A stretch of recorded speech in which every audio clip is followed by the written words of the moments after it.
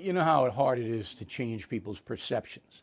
You get off on the wrong foot, they got that image, and his image is shot.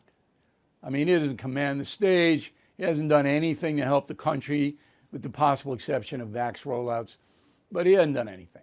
Isn't it too late for him?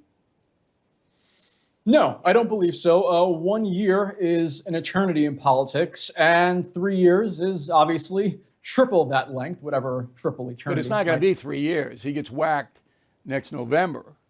It's over for the Biden administration. That could be true. He was in the Senate for 4 decades.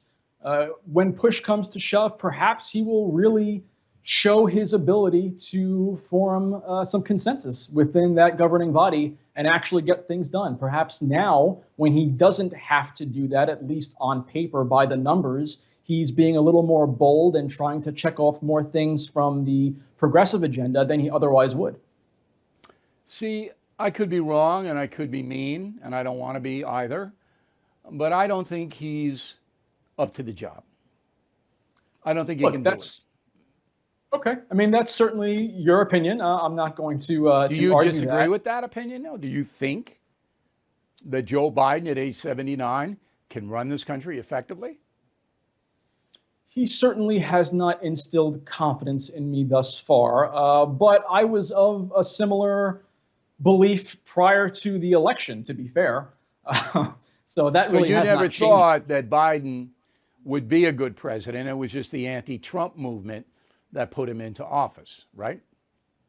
To an extent. I mean, you had mentioned the polling earlier, and I think we should look at that. It is important to acknowledge that over the last 5 years in particular, there has been a consistent misreading of the electorate by national pollsters on both Democrat favorability and GOP turnout. The most egregious example that comes to mind is that ABC News Wisconsin poll that had Biden up plus 17 the week of the 2020 election, and then he won it by less than a point.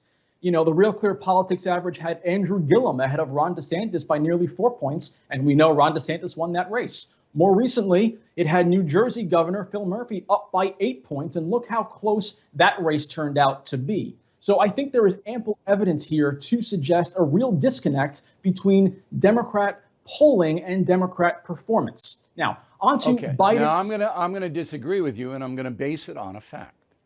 Okay. So if you analyze the daily television ratings for MSNBC and CNN, unquestionably pro-Biden, sure, they are at historic lows. No one watching them. Now, Fox is losing audience as well, but not nearly as rapidly. So that tells me that Democrats and independents who might be sympathetic to Mr. Biden, they don't want to see him. What do you think?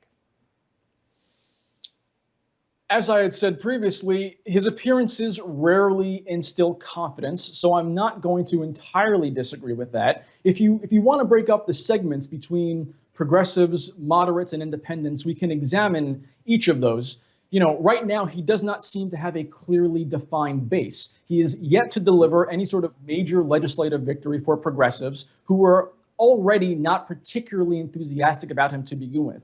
For moderates, the infrastructure bill could be seen as a major victory, but I honestly do believe it's being overshadowed by the backlash to these controversial vaccine mandates, and that has turned him into a fairly polarizing president. Combine that with the folks are not going to care about any Build Back Better when they're paying 3 times as much for a gallon of gas and twice as much for food. Those issues will override any theoretical stuff.